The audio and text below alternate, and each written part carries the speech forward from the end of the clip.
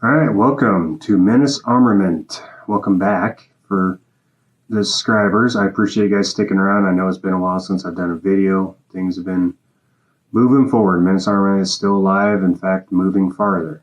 Speaking of that, menacearmament.com is now live. Go check it out if you want some merch or anything like that. Got some different shirts, and if you need yourself a battle raccoon or something like that. And then, of course, got to have the mugs. It is up and running. The shopping, like the merch side, is going. Armory, not quite yet. You'll see it there. There isn't anything in there. That's going to be the companies that I directly work with. And that I pretty much, if I've tested them, like them, things like that, and start selling that product or give you a link to that product, things of that nature, that's what that's there for. I will be working on that. I've got to get hold of some people and get that moving. But installed a door. If you notice, my background's a little bit different because I reorganized a lot of stuff down here in my workshop. Getting prepped to hopefully here soon start building in the next few months and get back to what started me in this. We're going to just, keep moving forward. I had to get the door, have to get the lock going, apply for my FFL. But enough about that. You will see more videos. I'll leave it at that. What I wanted to talk about today is suppressors mainly, but there's the Hearing Protection Act, the Short Act. It kind of feels like it's finally calmed down some. And so I kind of want to talk about it. Things were changing so fast that trying to make a video and get it out there is already outdated by the time I even recorded the video. All right, so let's jump into it. What is a suppressor, right? You always hear this term silencer and everything else. A suppressor does not make your gun completely silent. All right, it's not like you can't tell that it's being fired or anything like that. For example, AR-15, even though it's suppressed, it's still 130, 140 decibels. It's pretty loud. It's not going to cause permanent damage, though. For me, personally, when I've been around most suppressed firearms, other than maybe a 22, if you're standing right by it, you want to wear hearing protection. It is still loud. It's not nearly what it is without it, though, or especially if you have a break or anything like that on your gun. It's well worth having. I think it's well worth having for home defense. I shoot a gun in my little house, in my hallway or something like that. I'm blowing out my ears.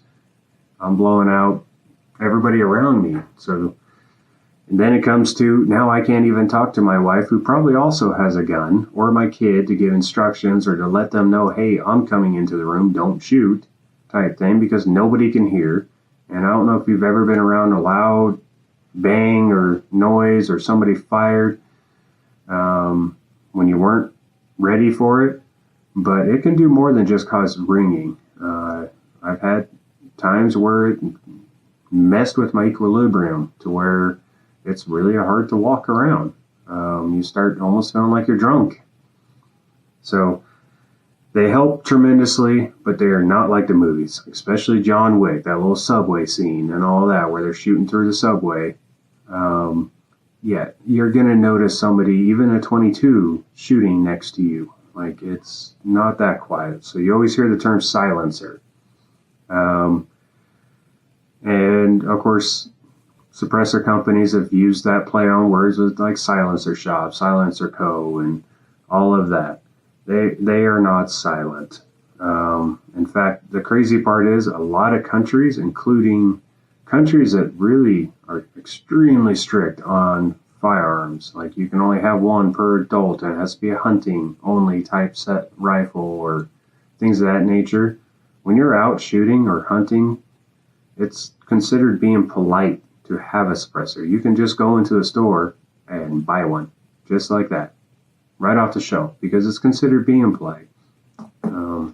Hunters out there, I hear these stories all the time where one hunter will walk right up next to another hunter and neither one of them know that person's there. And they go to fire, or one of them does, and the other guy wasn't even ready because maybe he's eating his lunch or doing something like that, just relaxing. watching, and you blow out their ears because they had no idea you were even standing there. Or you take a fire at an animal, and a ways down the pathway or something like that, somebody else is about to shoot a different animal, and you just scared them off. Suppressors are more gentlemen. They help a lot with the loud noises that a firearm makes. And so I guess start from the beginning. What's the regulation causing all these problems with suppressors and the short act with sawed-off shotguns to SBRs? It's the NFA. Basically, the government tried to ban what they considered gangster weapons, like the Tommy gun. Suppressors were involved in that. I really had no idea how long suppressors have been around, but that was back in 1934 when that came out. And there really wasn't any proof or research or anything showing that any of this stuff was really used a lot by the gangsters or anything like that. I mean, you see it in the movies.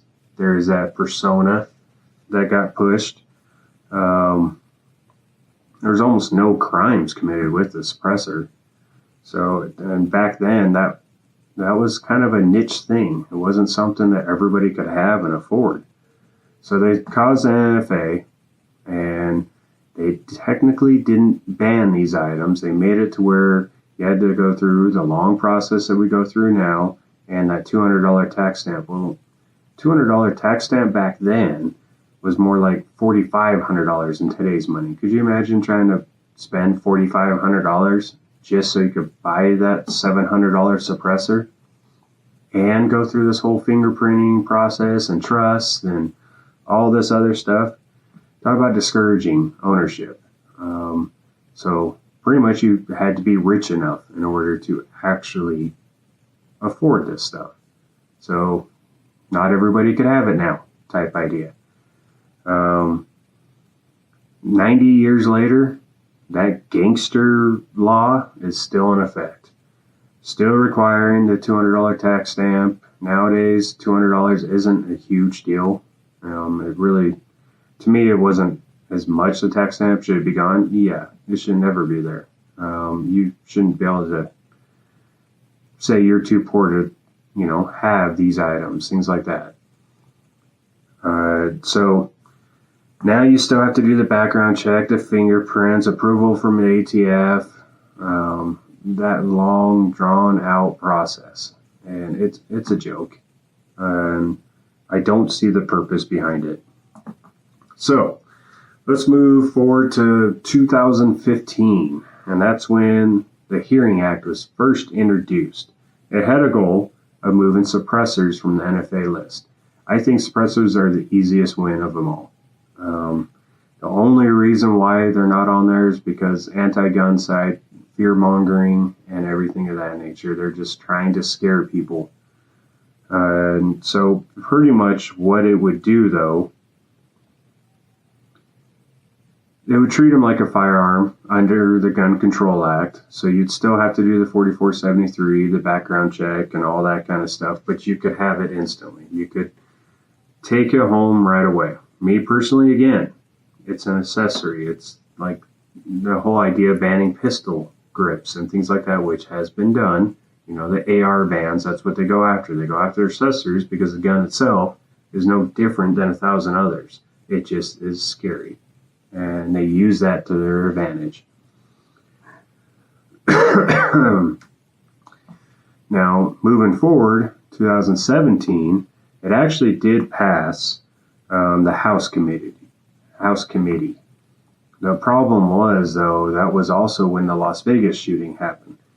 Now, the Las Vegas shooter, he didn't even use a suppressor or any of the weapons on the NFA, but the anti-gun lobby, they pounced on the optics of it. So they jumped right on there, and it, even though, again, it wasn't even used during that shooting or anything, the optics of it made it to where it just kind of killed the momentum that we had for it.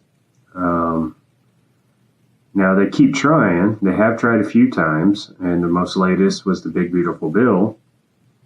But they're gaining support every time. The veteran groups, industry leaders, all of them. It just can't ever seem to make it through the Senate, which of course has a very small majority. Either way, it's always that way. So it always gets right to that line, and then it disappears.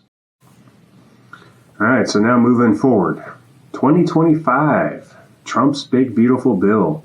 It had the Hearing Protection Act in it, the Short Act, and it would have completely removed suppressors, SBRs, SBSs from the NFA completely. Like they would have just been gone. You'd buy them like a regular firearm, all those items, which that would have been awesome in all reality.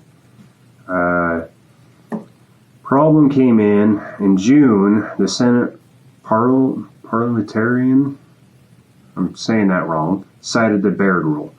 Now, what the Byrd Rule does is pretty much it blocks non-budget related items in the budget reconciliation bill. The suppressor provisions were ruled out. I believe that was also on the Short Act and everything else. The only thing that they could add to it would have been the tax stamp. Now, with that, they tried to use the tax stamp to get it into the budget reform bill, but because of that, which I kind of question, I mean, I think it should have stayed, but it is kind of right on a line. Didn't quite make it. But because of at least the tax part staying in, as of July 2025, that tax stamp is gone. So suppressors, SBRs, all of that. No more $200 tax stamp, which is, I mean, it's a move forward. It's not quite what we wanted, but it is that step forward. And as long as we can continually fight, even if it's only small wins, a lot of small wins equal a pretty good amount of a big win. Let's put it that way.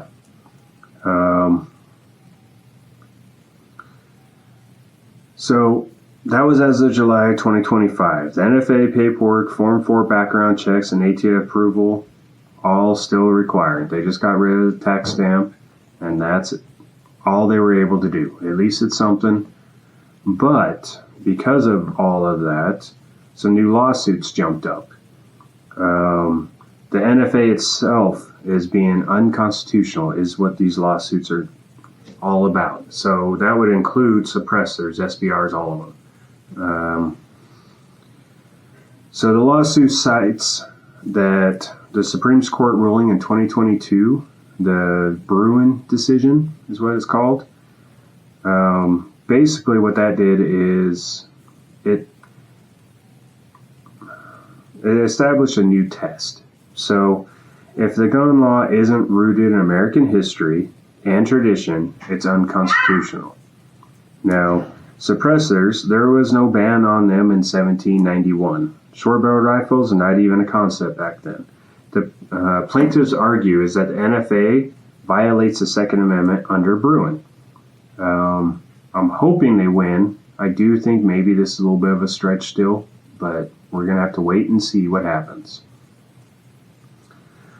This case is expected to move fast, and I've been kind of waiting for updates, but I'm kind of afraid that it's kind of losing some momentum. So I guess that's up to us on our end, is to start making some phone calls, start getting that momentum to keep pushing forward.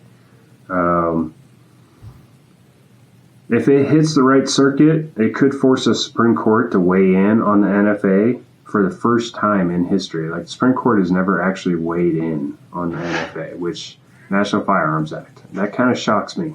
I think that should have been a fight that happened a long time ago. But I guess the big question is, could the NFA fall?